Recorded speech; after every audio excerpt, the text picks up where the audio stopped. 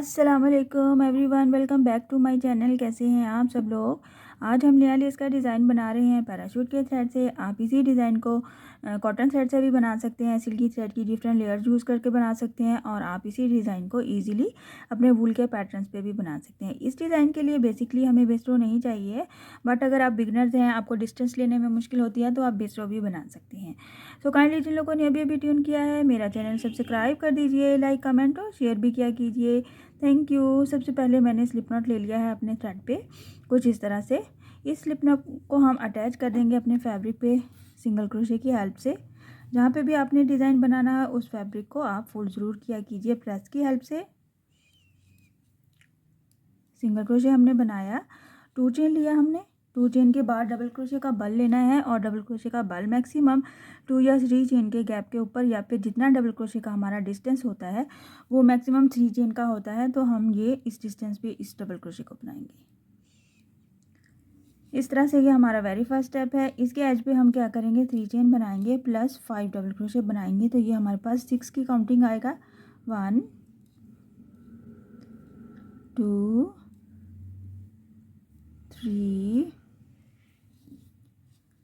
4 और ये हमारा 5 डबल क्रोशे प्लस 3 चेन, ये 6 डबल क्रोशे की काउंटिंग है।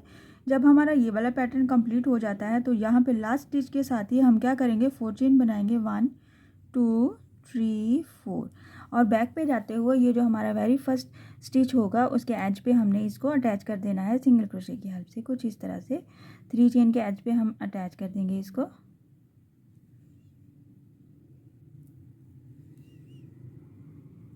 और साथ ही हम 3 चेन लेते हुए वापस फ्रंट पे आ जाएंगे और यहाँ पे ये जो हमारे पास गैप, हमारे पास 4 चेन का गैप है, इसके क्रॉस में हमने सबसे पहले क्या करना है, डबल क्रोशे बनाना है 3 टाइम पीकॉट के साथ। 1 डबल क्रोशे बनाया, 3 चेन बनाया।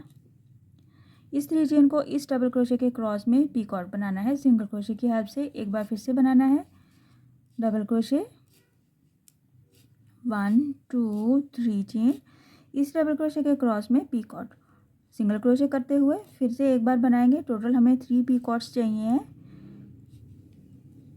1 2 3 चेन, इस डबल क्रोशे के क्रॉस में पीकॉट। लास्ट पे हम क्या करेंगे, एक बार डबल क्रोशे बनाएंगे और इस डबल क्रोशे के एज पे 3 चेन के साथ 6 टाइम सिंगल क्रोशे बनाएंगे।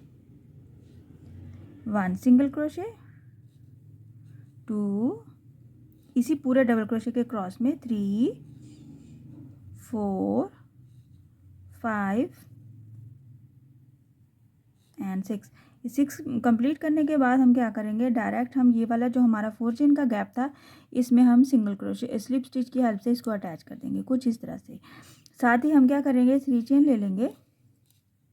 फिर से ये जो बाकी का हमारा रिमेनिंग पार्ट है उसके क्रॉस में हम अपने 5 डबल क्रोशे बनाएंगे। 3 चेन प्लस 5 डबल क्रोशे, 1 हो गया हमारा, ये 2 3 4 और ये 5 डबल क्रोशे प्लस 3 चेन हमारे पास काउंटिंग देता है 6 डबल क्रोशे की। यहाँ पे हमने क्या करना है, इस तरह से इसको हटाना। ऐसे ही नहीं हमने इसको अटैच करना, हमने ये जो हमारा पीछे वाला डिस्टेंस है उसी डिस्टेंस के साथ हमने चलना है और उसी डिस्टेंस से हमने इसको अटैच करना है। कुछ इस तरह से ये हमारा डिज़ाइन नज़र आता है। ये हमारा फर्स्ट फ्लावर है। इसी को पैटर्न को हमने रिपीट करना है। बहुत ही इजी और खूबसूरत डिज़ाइन है, बिल्कुल न्यू डिज़ाइन है।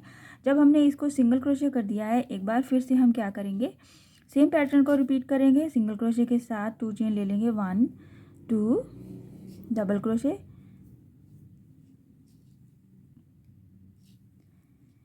3 चेन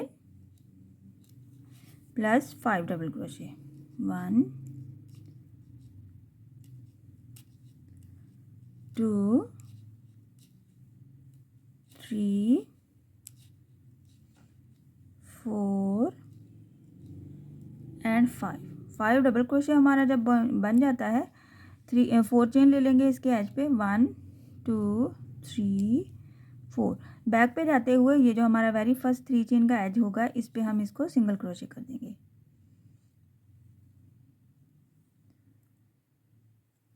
सिंगल क्रोशे के साथ ही 3 चेन ले लेंगे और फिर हम फ्रंट पे वापस चले जाएंगे।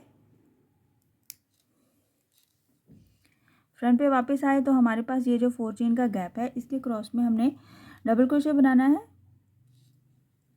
डबल क्रोशे के एज पे हमने 3 चेन बनानी है।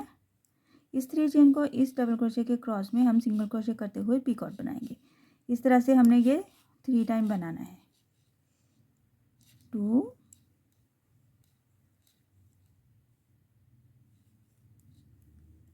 और ये हमारा लास्ट में 3।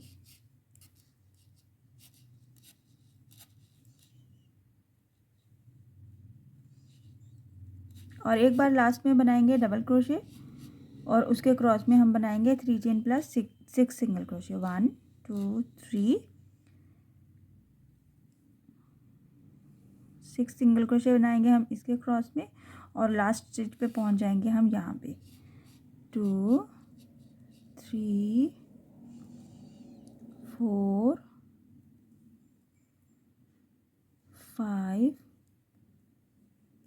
एंड दिस 6 के बाद हम क्या करते हैं, डायरेक्ट हम ये जो 4 चेन वाला गैप था हमारा रिमेनिंग पार्ट में सिंगल स्लिप स्टिच के साथ 3 चेन बनाएंगे और बाकी के रिमेनिंग पार्ट में हम 5 डबल क्रोशे बनाएंगे। 1 2 3 4 5 के साथ ही हम इसको फिनिश करते हुए इसको इस सेम डिस्टेंस पे अटैच कर देंगे जितना ये वाला हमारा डिस्टेंस बनता है। मैक्सिमम ये पीछे वाले गैप के जितना ही हमारा डिस्टेंस है और ये डबल क्रोशे जितना डिस्टेंस होगा या फिर 3 चेन जितना डिस्टेंस होगा। ये डिपेंड करता है आपके थ्रेड पे। अगर आप मोटा वाला थ्रेड यूज़ कर रहे हैं मोटी वाली कॉटन के साथ तो ये डिस्टेंस कम ज़्यादा हो सकता है, इससे घबराइएगा नहीं। कुछ इस तरह से ये हमारे डिज़ाइन की लुक आती है। इस तरह से हमारे ये फ्लावर्स बनते जाएंगे, बहुत ही खूबसूरत और बिल्कुल न्यू लुक के फ्लावर्स हैं। आप देख सकते हैं, यकीनन आपने पहले नहीं बनाया होगा ये वाला डिज़ाइन। इसी पैटर्न को सेम आपने एज इट इज़ ऐसे ही रिपीट करना है। हो सके तो आप अगर आप चाहते हैं आपने 2 फ्लावर्स के सेंटर में आपने डिस्टेंस रखना है तो आप यहाँ पे इसको अटैच करने के बाद 2 या 3 टाइम सिंगल क्रोशे करने के बाद अपना नेक्स्ट फ्लावर बना सकते हैं। इस तरह से आपका डिज़ाइन डिस्टेंस के साथ भी बन सकता है और विदाउट एनी डिस्टेंस भी आप इसको बना सकते हैं। मैं आपको इसकी थोड़ी सी और लेंथ बना के शो कर देती हूँ ताकि आपको इसकी फाइनल लुक का आइडिया हो जाए। आप देख सकते हैं मैंने थोड़ी सी और फ्लावर्स कंप्लीट कर लिए हैं और देखने में ये बहुत ही खूबसूरत नज़र आते हैं। इस तरह से इसकी लुक नज़र आती है और बहुत ही नीट बनते हैं। इसमें हमें बेस ड्रॉ नहीं बनानी है और किसी किस्म का कोई मैच नहीं है। और ये इसकी बैक साइड है। इसको आप इजीली बना सकते हैं, अपने वूल के पैटर्न्स पे भी बना सकते हैं, अपने दामन पे बनाइए, दुपट्टे के पल्लू पे बनाइए, बच्चों के फ्रॉक्स को खूबसूरत बनाइए और अपने आउटफिट को ट्रेंडी और खूबसूरत लुक दीजिए।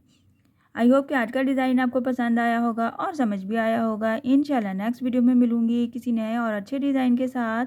अपनी दुआओं में याद रखिएगा। अल्लाह हाफिज़।